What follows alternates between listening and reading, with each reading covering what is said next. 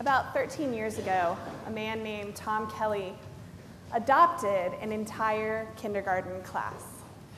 I have a kindergartner that lives at my house, and let me just say, an entire kindergarten class, kill me now. He didn't literally adopt them, though, of course. He took this kindergarten class that it was in Greensboro, Georgia, in a poor county, and he said to this group of 5- and 6-year-olds who were, there was about 40 of them, I think, he said to them and their parents, if you stay in school, if you graduate from high school, I'll pay for your college. All of you. He was a CEO, I can't remember the name of the company, but this is what he and his wife wanted to do. And so he said to these little kids and their parents, all you got to do is graduate from high school. And if you graduate from high school, if you stay in school, then I will pay for your college. And so that began this program with this pretty exceptional man. I read the story a few months ago, and now they're all about to graduate. There have been kind of updates throughout the years, and now this class of about 40 kids is about to graduate, and it looks like 42 of them will actually go on to college. Usually the rate is around 20 kids in this school, and in this particular class that this man adopted, 42 kids are going to graduate, which is a triumph in little bitty Greensboro, Georgia, apparently. I don't even know where that is. If anybody knows, they can tell me later, but it's a small town, it's a rural area. A lot of these kids would not be able to get out of Greensboro, and so this man and his wife, they ended up not just paying for their college, which they're going to do. They ended up having this relationship with all of these kids, and it ended up changing their life. When the kids were in 2nd grade, they took a group of them to New York City, and they quoted one of the kids as saying, now, he said, I never thought I was the kind of person who could go places like that. That's the gift that this man was giving them, he and his wife, and they taught them after school. They taught them things like manners. They took them to fancy restaurants and taught them how to eat with each different fork and how to sit up straight and how to behave as a wonderful individual in the society and how to give back. And so he taught them all of these things because of this gift that was promised. Just stay where you are, just stay in school, and at the end, I'll pay for your college, I'll pay for your future. The kids, they interviewed one of them, and you could see that it had been drilled into them. This is what they said. They said, yes, ma'am. They said, yes, sir.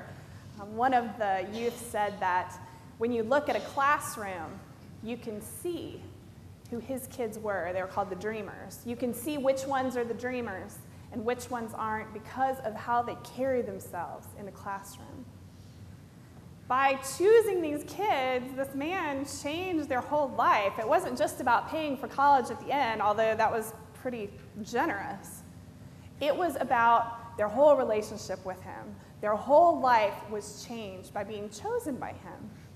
So when I read this in John, you did not choose me, but I chose you. I thought about all those little kindergarten kids. And I've recently been in a kindergarten class.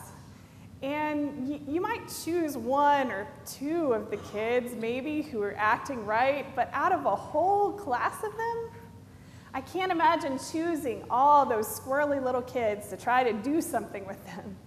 But he did. They didn't choose him. He chose them. He went into the class and said, I'm going to choose these kids, and we'll see what happens. It didn't have anything to do with their merit. It didn't have anything to do with their parents. It didn't have anything to do with where they came from. He just chose them. Because of that, their whole life was changed. In baptism, we don't choose God. Even if you were older when you were baptized, you didn't choose God. God chose you. A lot of us were baptized as little babies. And I was 2 months old, I think, when I was baptized. You can't choose God when you're that age. You can't choose God, but God can choose you. God can make that choice. And there are times in our lives when we go back and forth in that relationship with God, but it remains that we did not choose God. God chose us. and chooses, I think, to have a relationship with all of us. God chooses us like that man chose that kindergarten class, even though we might be kind of squirrely. We might not be that redeemable. We might be the kind of person that we don't think God would choose, but if God can choose a small baby, if God can choose a kindergarten class to redeem, then God can choose us. You did not choose me, but I chose you. This is true if you think about your life and how things have happened throughout your life. It also happened with the disciples. Not one of the disciples, if you look at them, not one of them ran up to Jesus and said, Jesus, let me be your disciple. I want to follow you. I want to run after you. It's going to be great. I'll just be with you the whole time. If somebody said that to Jesus, you know what he said? He said no. The people that came to Jesus and said, I want to follow you wherever you go, he said, nope. Go to your own hometown and talk about me there. It was the people who were the least likely. It was the crazy fishermen who Jesus said, I choose you, come follow me. Or it was that woman on the outskirts of town who had the demons cast out of her. Jesus said, I choose you, come follow me.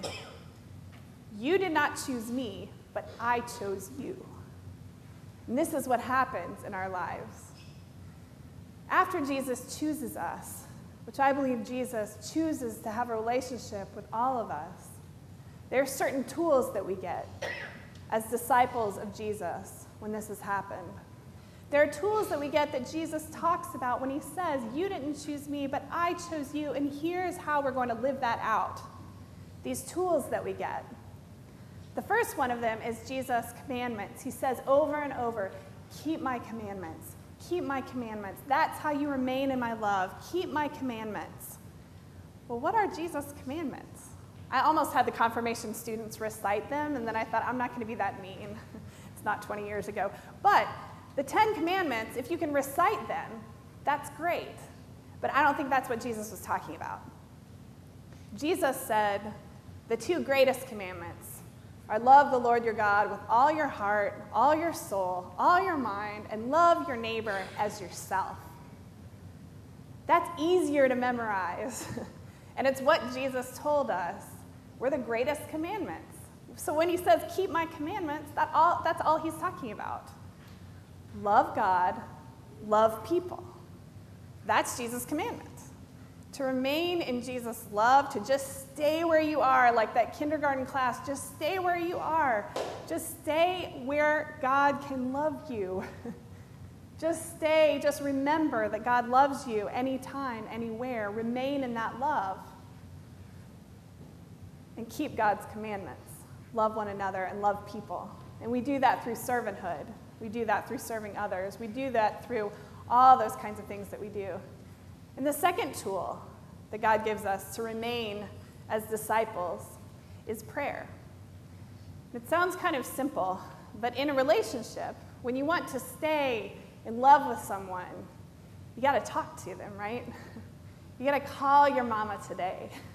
No matter what your relationship might be, you probably call and you probably say hello.